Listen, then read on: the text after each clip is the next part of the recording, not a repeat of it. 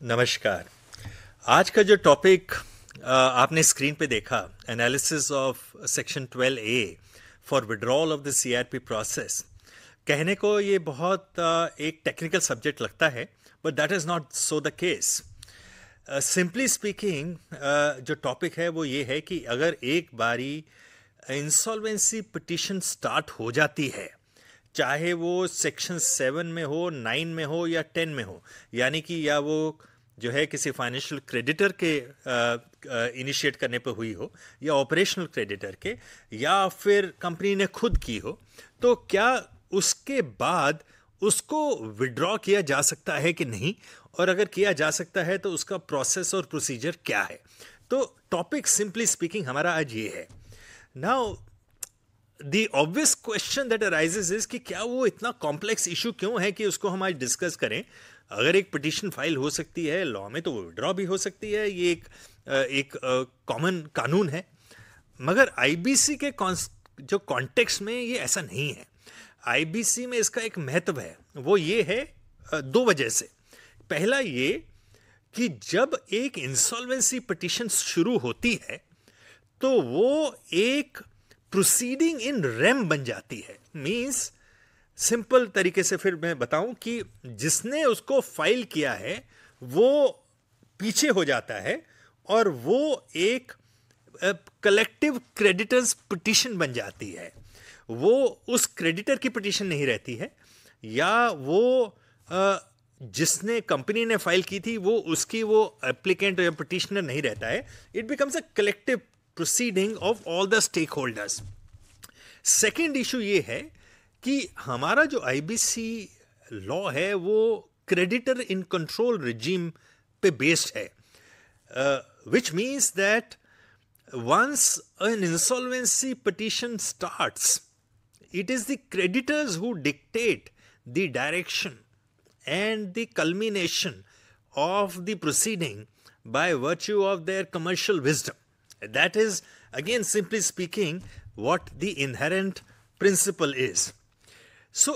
इन दो वजह को लेकर के it is not as simple कि आप एक बार पिटिशन फाइल हो गई तो आप उसको विड्रॉ कर सकेंगे। एक और बात को मैं आपको बताना चाहूंगा कि आप लोगों को जिन्होंने आईबीसी पढ़ी है, उससे फेमिलियरिटी है, वो जानते होंगे कि 2018 में एक ऑर्डिनेंस लाया गया था जिससे सेक्शन 29A इंट्रोड्यूस हुआ था आईबीसी में, जिसका मतलब ये था कि जो लोग जिनकी वजह से एक कंपनी इंसॉल्वेंसी में गई, उनको अपॉर्चुनिटी नहीं मिलनी चाहिए आईबीसी में उस कंपनी को दोबारा ले जाने की, चाहे वो इंसॉल्वेंसी प्रोसेस में थ्रू रेजोल्यूशन प्लान हो या लिक्विडेशन के थ्रू हो। Simply स्टेटिंग, section 29A provided that certain people, persons, entities would be disqualified from submitting a resolution plan under IBC. Now that's what I said was the principle that was introduced.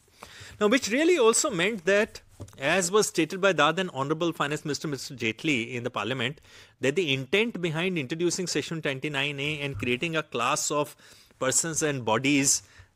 as having been disqualified to compete or submit a resolution plan, the reason was that those people who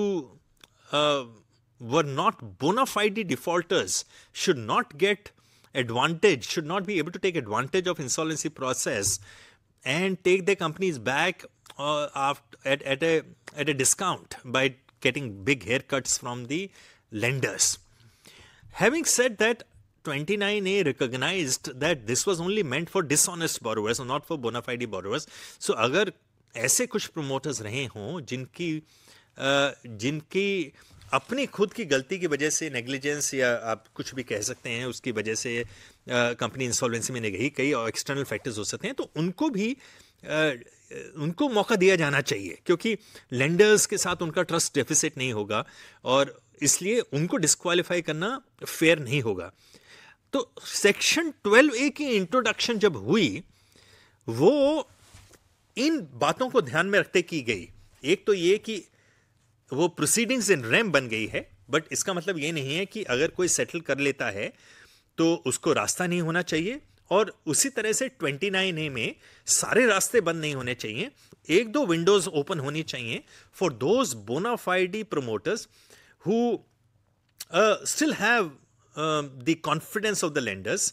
and who the lenders, the creditors of the company, believe may be the rightful people to continue to keep the enterprise as long as they have settled their outstanding dues to the satisfaction of the lenders. ये 12A introduce हुआ था, ये उसकी एक background है। जब 12A introduce हुआ तो इसकी जो प्रोविजन थी 12/8/66/2018 में इंट्रोड्यूस हुआ, मैंने आपको बताया, तो वो सिंपल लैंग्वेज में कहता है, आप 12A खोल के IBC कोड में आप जो है देख सकते हैं, वो ये कहता है कि अब एन एप्लीकेंट में file a petition for withdrawal with the approval of 90% members of the committee of creditors in the manner as may be specified. As may be specified का मतलब जो है सिंपल टर्म्स में ये है कि जो regulator IBBI, insolvency and bankruptcy board of India, जो रेगुलेशंस बना करके एक प्रोसेस, एक मैनर तैयार करे, तो विड्रॉल हो सकता है, बस 90% of the members of committee of creditors must agree. ये जब एक चैलेंज IBC का एक ऑर्डिनेंस का, एक बिल का सुप्रीम कोर्ट तक गया था, तो उसमें सुप्रीम कोर्ट ने 2019 में एक जजमेंट प्रोनाउंस की थी, बहुत फेमस जजमेंट है, आप उसको खोल के इंटरनेट पे पढ़ सकते हैं, Swiss ribbons versus union of India. उसमें कॉन्स्टिट्यूशनल वायरीज ऑफ IBC जो है चैलेंज की गई थी। तो जब वो 12A का जो है हमारे जो ऑनरेबल सुप्रीम कोर्ट ने उसका रिव्यू किया कॉन्स्टिट्यूशनली, जुडिशली, तो उन्होंने ये कहा कि 12A का मतलब ये है कि आप अगर जब तक कमिटी ऑफ क्रेडिटर्स कॉन्स्टिट्यूट नहीं होती है, एक बारी जब पिटीशन एडमिट हो जाती है, तो उस स्टेज तक, उस माइलस्टोन तक अगर कोई सेटल कर लेता है लेंडर्स के साथ, और या उस पार्टी के साथ जिसने पिटीशन फाइल की थी, जिसके इंस्टेंस में वो पिटीशन एडमिट हुई है, चाहे वो ऑपरेशनल क्रेडिटर है, चाहे वो फाइनेंशियल क्रेडिटर है, तो वो एप्लीकेंट जो है एडजुडिकेटिंग अथॉरिटी, जो कि NCLT है, एक एप्लीकेशन वहां फाइल करके उसको विड्रॉ कर सकता है। लेकिन अगर कमेटी ऑफ क्रेडिटर्स कॉन्स्टिट्यूट हो चुकी है, यानी कि हम उस स्टेज पे पहुंच चुके हैं, उसको पार कर चुके हैं, तो 12A के हिसाब से, क्योंकि वो एक सब्सटेंटिव प्रोविजन है लॉ में, तो आपकी रिक्वायरमेंट ये होगी कि आप कमेटी ऑफ क्रेडिटर्स से 90% जो मेंबर्स हैं उससे वोट करा करके अप्रूव कराएं, और ऑब्वियसली जो रेगुलेशंस हैं वो फॉलो होंगे। रेगुलेशन 30A बन चुके थे IBBI में, 12A के बेसिस पे IBBI ने जो हमारे CIRP रेगुलेशंस हैं, जिसे कहा जाता है IBBI insolvency process for corporate persons regulations 2016 के जो हैं, उसमें 30A का इंट्रोडक्शन हुआ था, और उस 30A में IBBI ने कुछ रेगुलेशंस बनाए हैं जो बाद में अमेंड भी हुए। उन्होंने ये कहा था कि अगर जो स्टेज है वो स्टेज होनी चाहिए कि EOI जब पब्लिश हो गया है तो उससे पहले की, उसके बाद नहीं होनी चाहिए। लेकिन सुप्रीम कोर्ट ने कहा कि जो सब्सटेंटिव प्रोविजन है लॉ में वो ये है कि COC कॉन्स्टिट्यूट होने से पहले या बाद में, दो ही सिचुएशन हो सकती हैं, तो रेगुलेशंस भी उसी से डील करें और वही होना चाहिए। तो उसके बाद रेगुलेशंस अमेंड भी हुए। तो आज की डेट में जो 12A है, मैं उसकी रिक्वायरमेंट पे थोड़ी सी अब चर्चा करूंगा और एनालिसिस करूंगा बेसिस जो सुप्रीम कोर्ट की जजमेंट है स्विस रिबन, और अभी एक रिसेंटली और एनक्लेट की जजमेंट आई है जो कि Primus pipes and tubes limited है, उसमें थोड़ा सा इस पर और क्लैरिफिकेशन आई है। हालांकि बहुत सारी जजमेंट्स हुई हैं, 12A आने से पहले भी सुप्रीम कोर्ट ने बहुत पिटीशंस को विड्रॉ करने की परमिशन दी है, लेकिन उन्होंने वो अपनी आर्टिकल 142 में, जो कॉन्स्टिट्यूशन ऑफ इंडिया में एक उनकी जो इनहेरेंट पावर है, एक ओवर आर्काइंग पावर है, उसको एक्सरसाइज करते हुए अलाउ किया था, बिकॉज उस समय 12A नहीं थी। And the absence of a specific provision to withdraw, the extraordinary jurisdiction was invoked by the Honorable Supreme Court to permit withdrawals of those cases where those parties had settled and wanted to withdraw and nobody had objection to that. लेकिन 12A आने के बाद जो provision हुई है, मैं आपको उसके बारे में थोड़ा सा बड़े सिंपल वे से बताऊंगा कि प्रोसेस क्या है। आज की डेट में प्रोसेस ये है कि अगर पिटीशन एडमिट होने के बाद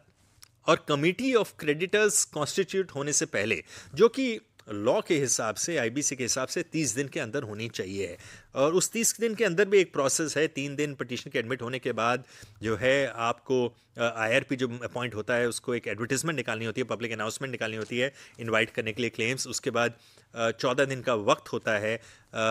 जो क्रेडिटर्स को क्लेम फाइल करने के लिए। उसके बाद 7 दिन के अंदर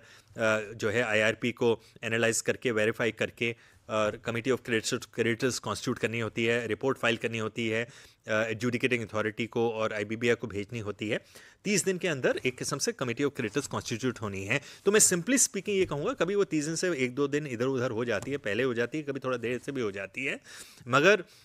जो लॉ के हिसाब से 30 दिन हम मान के चलते हैं। तो उस 30 दिन के अंदर जिस कंपनी की इंसॉल्वेंसी पिटीशन जिसके लिए एडमिट हुई है, अगर उसके प्रोमोटर्स, वो कंपनी खुद उस क्रेडिटर के साथ सेटल कर लेती है जिसने पिटीशन फाइल की है, चाहे वो बैंक हो, फाइनेंशियल इंस्टीट्यूशन हो, चाहे वो ऑपरेशनल क्रेडिटर हो, चाहे वो होम बायर्स हों या और तरह के फाइनेंशियल क्रेडिटर्स हों। मैंने तो एक सिंपल तरीके से बताया, अदरवाइज तो आपको पता है फाइनेंशियल और ऑपरेशनल क्रेडिटर्स ही होते हैं। और ऐसे इंस्टेंस में जो है वो अब जा कर के सेटल कर लेते हैं, तो एक एप्लीकेशन फाइल की जा सकती है। वो एप्लीकेशन जो फाइल होगी वो होगी आईआरपी के थ्रू। ये मैं रेगुलेशंस की बात कर रहा हूँ जो रेगुलेशन 30A में है। वो आईआरपी फाइल करेगा, एक फॉर्म है जिसको प्रिस्क्राइब किया गया है एफए, उसके तहत आपको फाइल करना पड़ता है। उसमें रिक्वायरमेंट्स है, डिटेल्स देनी होती हैं कैसे है। और सबसे इंपॉर्टेंट बात ये है कि जब वो आप एप्लीकेशन फाइल करते हैं उसमें आपको एक बैंक गारंटी लगानी पड़ती है। आप बैंक गारंटी लगा सकते हैं, रिक्वायरमेंट रेगुलेशन में ये हैं, लेकिन आप फिक्स डिपॉजिट कर सकते हैं, आप बैंक में पैसे डाल सकते हैं, आप डिमांड ड्राफ्ट दे सकते हैं, जो भी है। It is basically to show कि जो आपकी आईआरपी के कॉस्ट उस दिन की तक की है, वो 30 दिन के अंदर या जब तक आपने एप्लीकेशन फाइल की तब तक की जितनी कॉस्ट कैलकुलेट हुई है, जो आईआरपी ने इनकर की है, चाहे वो उसकी फ़ीस है, चाहे वो उसने कोई लॉयर अपॉइंट किया है, चाहे वो उसके अपने एक्चुअल एक्सपेंसेस हैं, या उसने और जो पब्लिक अनाउंसमेंट की है, वो सारे एक्सपेंस मीट करने पड़ेंगे उस एप्लीकेंट को जिसने सेटल किया है, जो एप्लीकेशन फाइल कर रहा है। वो उसकी जिम्मेवारी है। और जो है अगर उस दौरान कोई और ऐसे भी एक्स्ट्राऑर्डिनरी सर्कमस्टांसेस हैं जिसमें कि और क्रेडिटर्स हैं जिनके क्लेम्स आ गए हैं, और वो कैसे हैं, क्या हैं, उनकी क्या ऑब्जेक्शंस हैं, ये सब बातें लेकर के एडजुडिकेटिंग अथॉरिटी डिसाइड करेगा। ये सुप्रीम कोर्ट के स्विस रिबन्स में जजमेंट में बिल्कुल क्लियर लिखा गया है कि वो जुरिस्डिक्शन एडजुडिकेटिंग अथॉरिटी के पास है। लेकिन जब एडजुडिकेटिंग अथॉरिटी डिसाइड करेगी, वो जो भी कंसर्न पार्टीज हैं उनको सुन के, उनके ऑब्जेक्शंस को सुन करके, और जो उचित है वो करेगी एडजुडिकेटिंग अथॉरिटी। विच मीन्स कि अगर बहुत लोगों को ऑब्जेक्शन है, अगर वो बोनाफाइडी सेटलमेंट नहीं है, और अगर कोई ऐसी सिचुएशन नज़र आती है जैसे कि सपोजिंगली 5 पिटिशंस पेंडिंग हैं या 5 थी जिसमें से एक सेटल हो जाती है और एक एडमिट हो जाती है, तो वो एडमिशन वाली सेटल हो गई, तो जो पहली 5 थी जो कि एडमिट नहीं की गई, क्योंकि पिटीशन तो एक ही एडमिट होगी, एक ही सीआरपी स्टार्ट होगी, तो उनमें से एक रिवाइव की जा सकती है। कई ऑर्डर्स में at the time of withdrawal जो है ये रखा जाता है, at the time of admission रखा जाता है कि जो बाकी पिटीशंस हैं वो डिस्पोज ऑफ की जा रही हैं, क्योंकि एक पिटीशन हमें एडमिट कर ली है, तो वो आप दोबारा से अलाइव कर सकते हैं। ये सारे फैक्टर्स देख करके एडजुडिकेटिंग अथॉरिटी डिसाइड करेगा। But normally unless somebody has very strong objections against the withdrawal, the adjudicating authority will normally let the withdrawal happen. कई बार ऐसा होता है कि फाइनेंशियल क्रेडिटर्स खुद जो हैं, अगर सपोजिंग किसी ऑपरेशनल क्रेडिटर के 20 लाख के अमाउंट का डिफ़ॉल्ट की वजह से पिटिशन एडमिट हुई और फाइनेंशियल क्रेडिटर्स का 700 करोड़ का लोन ड्यू है और वो पे हो रहा है, उनको कोई तकलीफ नहीं थी फाइनेंशियल इंस्टीट्यूशंस को, बैंक्स को, उस कंपनी से, लेकिन वो 20 लाख की वजह से कंपनी एडमिट हुई और वो 20 लाख की जगह वो 20 पे कर रहा है, 18 पे कर रहा है, और वो ऑपरेशनल क्रेडिटर से सेटल हो जाता है, तो फाइनेंशियल क्रेडिटर्स को कोई तकलीफ नहीं होगी। वो नहीं अपोज करेंगे कि क्यों हो, कंपनी में लिक्विडिटी है, उनको लेंडर्स को ये कॉन्फिडेंस है कि हमारा डेट पे होगा, उनको लगता है कि insolvency will only cause disruption, where is a need of that. So ऐसे केसेस में मोस्ट प्रोबेबली विड्रॉल हो जाएगा, और ऐसी कोई वजह नज़र नहीं आती है कि विड्रॉल ना हो। लेकिन ऐसे केसेस भी होते हैं जहाँ पे, जैसे मैंने आपको बताया कि और पटिशन्स पेंडिंग थी और लोग लाइन में खड़े हैं, वो कहेंगे पहले हमें भी सेटल करो भाई, आपने एक को सेटल कर दिया, हमें तो सेटल नहीं किया, हमारी भी पटिशन थी, हमारी पटिशन इसलिए एडमिट नहीं हुई जो क्योंकि जो क्यू में लाइन में सबसे आगे थी पटिशन, आपने उसको एडमिट कर लिया, तो अब हमारे को चांस मिलना चाहिए। तो ऐसे केस में कोर्ट कह सकती है एडजुडिकेटिंग अथॉरिटी कि आप उनके साथ भी सेटल करो, नहीं तो वो तो कल दोबारा पटिशन फाइल कर देंगे एक नई, तो आप उसको कैसे संभालोगे। तो ये कई फैक्टर्स होते हैं जो कि एनालिसिस करना पड़ता है एडजुडिकेटिंग अथॉरिटी को, और सबको सुन करके जो उचित है, जो सस्टेनेबल है, जो उस कंपनी के हित में है और बाकी सब स्टेक होल्डर्स के हित में, वो किया जाएगा। और अगर वो विड्रॉल परमिट हो जाता है तो 3 दिन के अंदर जितना भी और एक्सपेंस उस डेट के बाद हुआ है, जब एप्लीकेशन फाइल की थी, हो सकता है एप्लीकेशन डिस्पोज ऑफ होने में कुछ ज़्यादा टाइम भी लग जाए, तो वो भी देना पड़ेगा, और तब तक नहीं होगा विड्रॉल कंप्लीट। ये नॉर्मली एडजुडिकेटिंग अथॉरिटी जो है वो ऑर्डर पास करते थे, ensure that every expense is met, so that no ambiguity exist at the time of passing of the order of admission, so that withdrawal, so that people don't keep coming forward with the application to say मेरा पैसा नहीं मिला, मेरा पैसा नहीं मिला। I'm talking of the expense, I'm not talking of the other debts that may be due. So ये एक तरीका है। दूसरा इंस्टेंस वो है कैटेगरी जो कि कमिटी ऑफ क्रेडिटर्स कॉन्स्टिट्यूट होने के बाद सेटलमेंट होता है और एप्लीकेशन फाइल होती है। ऐसे इंस्टेंस में थोड़ा ही फ़र्क है, ज़्यादा नहीं, लेकिन एक जो फ़र्क, मेजर फ़र्क है, वो मैंने आपको पहले ही बताया कि 12A की लैंग्वेज में ही है, वो रिक्वायरमेंट ऑफ लॉ है, उसमें कोई डिस्क्रेशन नहीं है किसी की भी, कि जितनी भी कमेटी ऑफ क्रेडिटर्स के मेंबर्स हैं, जो उनका वोटिंग शेयर है, जो उस दिन तक कमेटी ऑफ क्रेडिटर्स कॉन्स्टिट्यूट हुई है उस तक, क्योंकि कमेटी ऑफ क्रेडिटर्स भी, I am sure you understand, is a dynamic process, claims आते रहते हैं, एडमिट होते रहते हैं, मॉडिफाई होते रहते हैं, वेरिंग होती रहती है, लेकिन जिस डेट पे आप सेटल करते हैं, कॉर्पोरेट डेटर सेटल करता है, उसके प्रोमोटर सेटल करते हैं, उस तो वो 90% COC मेंबर्स का अप्रूवल ज़रूरी है। तो जो मेजर फ़र्क वो ये आया कि आपको उस दौरान सिर्फ उस एप्लीकेंट से जिसकी पिटीशन एडमिट हुई है, सिर्फ उससे सेटल नहीं करना पड़ेगा, आपको सेटल करना पड़ेगा सारे क्रेडिटर्स से। अब वो सेटलमेंट ये भी हो सकती है कि आपकी ड्यूज़ में पे करूँगा जो आउटस्टैंडिंग है, अगर आउटस्टैंडिंग है, बाकी क्रेडिटर्स हैं, या आप ये भी कह सकते हैं कि जो आपका